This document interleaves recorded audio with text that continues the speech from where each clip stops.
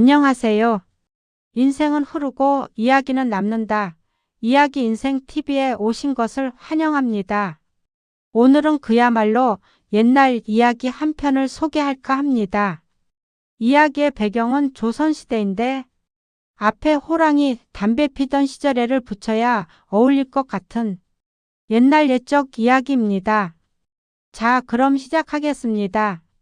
옛날 어떤 시골 마을에 선비 하나가 살고 있었습니다. 그는 배우고 익힌 대로 삼강오륜을 중시하고 인, 의, 예, 지를 목숨처럼 중히 여기는 선비였습니다. 그러나 과거 시험에 번번이 낙방하는 바람에 살기가 무척 어려웠습니다. 아내가 바느질품을 팔아 겨우 목구멍에 풀칠을 하는 지경에 이르고 보니 아내 볼 면목도 자식 볼 면목도 없었습니다. 어떻게 하면 이 어려움을 풀어나가나 걱정을 하고 있던 어느 날 문득 동문수학한 친구 하나가 생각났습니다. 그 친구는 일찍이 과거 시험에 급제하여 한양에서 높은 벼슬살이를 하고 있었습니다. 그 친구가 언젠가 고향에 내려왔다가 그가 궁핍하게 사는 것이 안쓰러웠던지 살기 어렵거든 우리 집에 와서 쌀이라도 갖다 먹게 이렇게 말한 적이 있었습니다. 그 말을 들었을 때는 나도 곧 급제할 텐데 뭘 이렇게 그저 귓등으로 흘려듣고 말았지만 연달아 낙방하고 보니 그 친구 말이 새삼스럽게 고맙게 여겨져 친구의 그 말만 믿고 한양으로 올라가기로 마음을 먹었습니다. 한양까지는 먼 길, 집신을 몇 번이고 갈아 신으면서 몇 날 며칠이 걸릴지 모를 멀고 험한 길이었습니다. 길 떠난 지 며칠이 지난 어느 날 그날도 쉬지 않고 부지런히 걷다 보니 해가 기우는 줄도 모르고 걷다가 그만 인가도 없는 깊은 산골에서 날이 저물고 말았습니다. 이거 큰일 났네 그려. 아까 그 마을에서 묵어야 했는데 내가 너무 욕심을 부렸어. 그러나 이미 때는 늦었습니다. 깜깜한 가운데 길을 잃고서 한참을 헤매고 있을 때 멀리 산 아래에서 불빛 하나가 깜빡이고 있었습니다. 그 불빛을 보자 절로 안도의 한숨이 터져 나왔습니다. 저 집에 가서 하룻밤 신세를 지는 수밖에 다른 도리가 없지 않은가. 선비는 그쪽으로 부지런히 걸음을 재촉했습니다. 도착해서 보니 그럴싸한 큰 기와 집이었습니다. 가쁜 숨을 가다듬고 문을 두드리니 뜻밖에도 젊은 여자 하나가 초롱을 들고 나왔습니다. 이 밤중에 웬일이신가요? 선비는 사정 얘기를 말하고는 하룻밤 묵어가게 해달라고 청했습니다. 이 일을 어쩐담. 지금 집에는 저 혼자뿐인데 여자는 이렇게 중얼거리더니 어쩔 수가 없네요. 이 밤중에 다른 데를 찾기도 어려우실 테고 일단 안으로 들어오시지요. 여자는 방 하나를 정해주고는 밖으로 나갔습니다. 선비는 그제야 노숙은 면했구나 싶어 가슴을 쓸어내리며 보찜을 풀었습니다. 긴장이 풀리자 시장기가 올라왔습니다. 그저 입을 쩍쩍 다시고 있는데 여인이 문을 열고 들어와 시장하실 테니 소찬이지만 이거라도 좀 드시지요. 하면서 한 상 가득 차린 밥상을 선비 앞에 놓았습니다. 그는 시장했던 터라 허겁지겁 밥을 먹었습니다. 소찬이라고 했지만 진수성찬이었습니다. 그는 부지런히 먹으면서 생각했습니다. 이상한 일이군. 이런 깊은 산속에서 어떻게 이런 진수성찬을 차렸단 말인가. 의심이 솟았지만 워낙 배가 고팠던지라 앞뒤 가릴 것 없이 맛있게 먹었습니다. 상을 물린 다음에야 여인한테 부인 혼자 계시는 집에 갑자기 찾아와 이리 융숭한 대접을 받으니 송구스럽기 짝이 없습니다. 그런데 어떤 사연이 있어 이 깊은 산속에 혼자 계시는지요? 하고 물었습니다.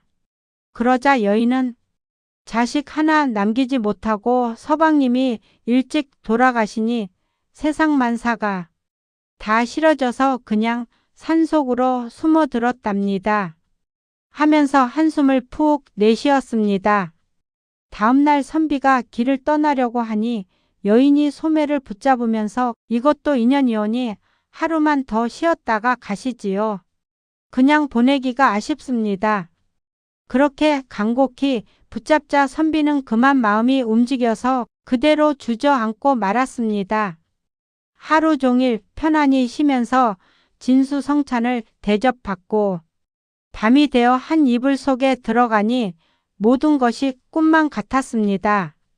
한번 그렇게 정을 나누고 보니 발걸음이 떨어지지 않아서 하루만 더 이틀만 더 하다 보니 어느새 달포가 훌쩍 지나고 말았습니다. 그제서야 선비는 정신이 번쩍 들었습니다. 내가 이러고 있을 때가 아니지. 우리 집 식구들이 다 굶어 죽겠구나. 목이 빠지게 기다리고 있을 식구들이 생각났던 것입니다. 그래 다급해진 선비는 여인더러 이제 그만 가보겠다고 말했습니다. 그러자 여인은 이미 모든 걸 벌써 다 알고 있었다는 듯이 이렇게 말하는 것이었습니다. 아무 걱정 말고 더 쉬었다 가세요.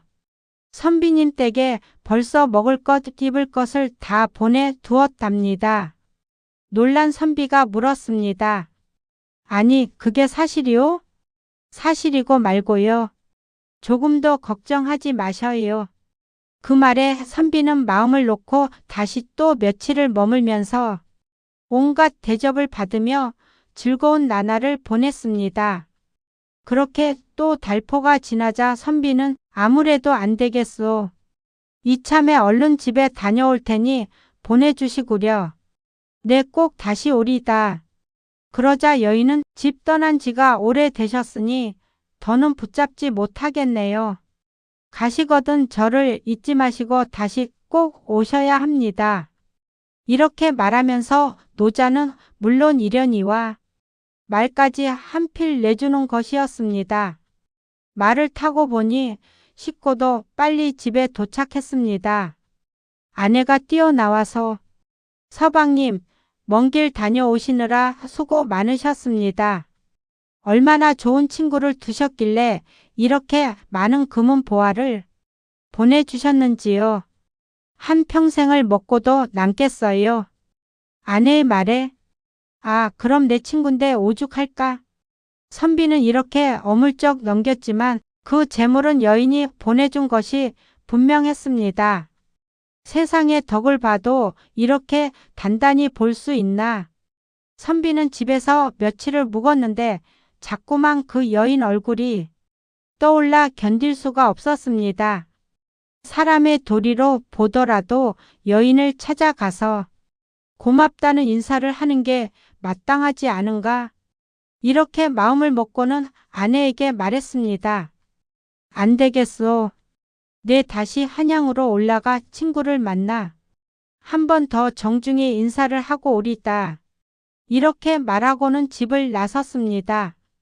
선비가 부지런히 길을 재촉해서 이제 산모퉁이 하나만 돌아서면 여인의 집이 보이는 곳에 이르렀을 때였습니다. 갑자기 어디선가 선비를 부르는 소리가 들려왔습니다. 이보시게, 잠깐 내 말을 들어보시게.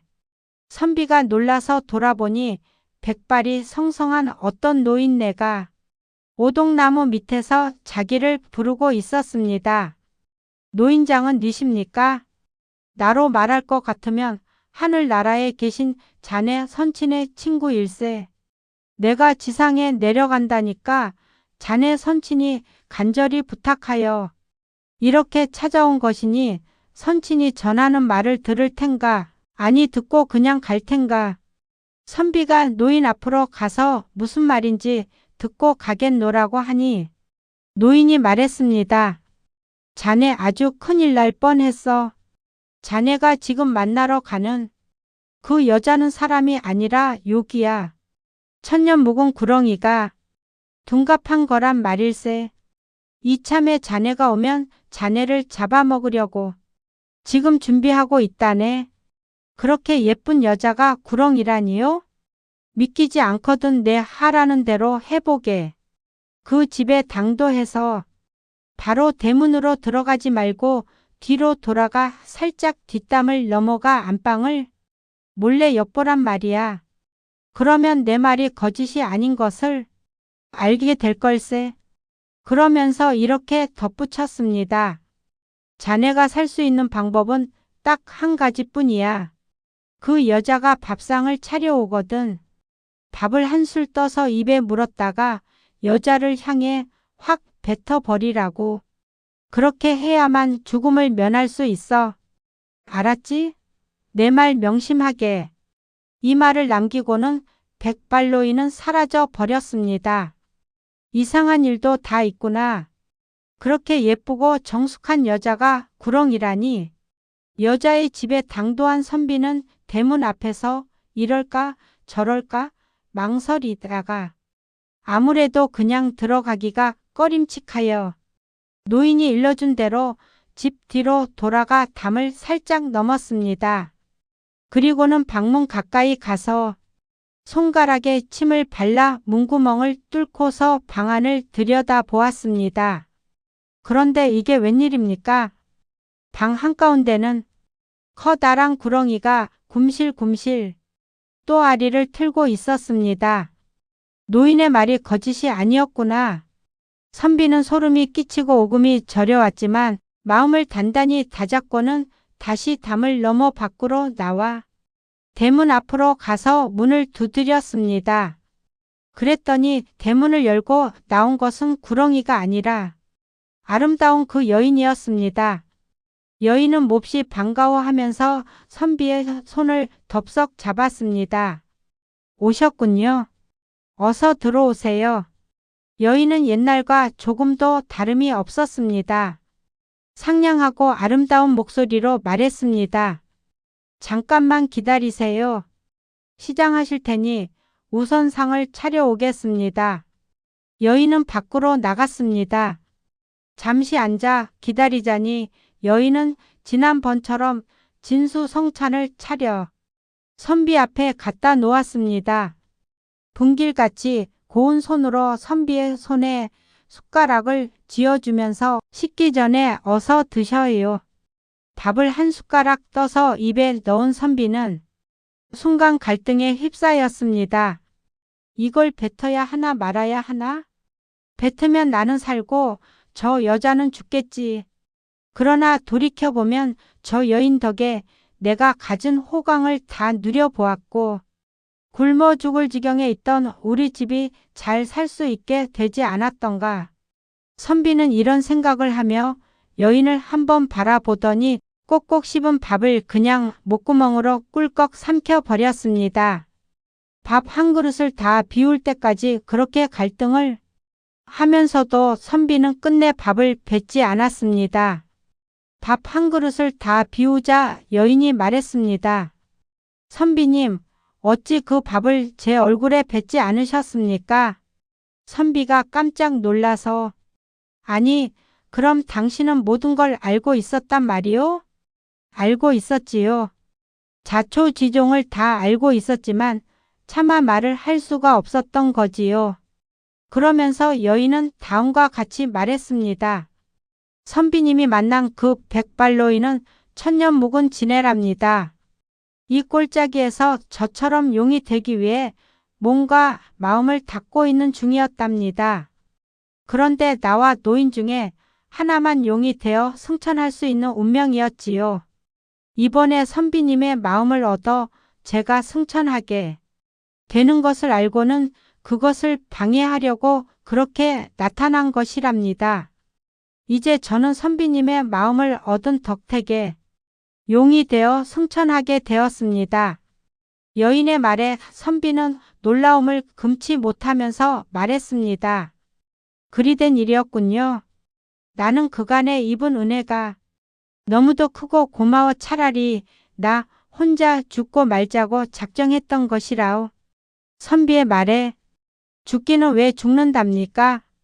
만약 선비님이 저한테 밥을 뱉었다면 오히려 큰 해를 당했을지도 모르지요. 천년을 기다린 일이 한순간에 물거품이 되는 판이니 어찌 안 그러겠습니까?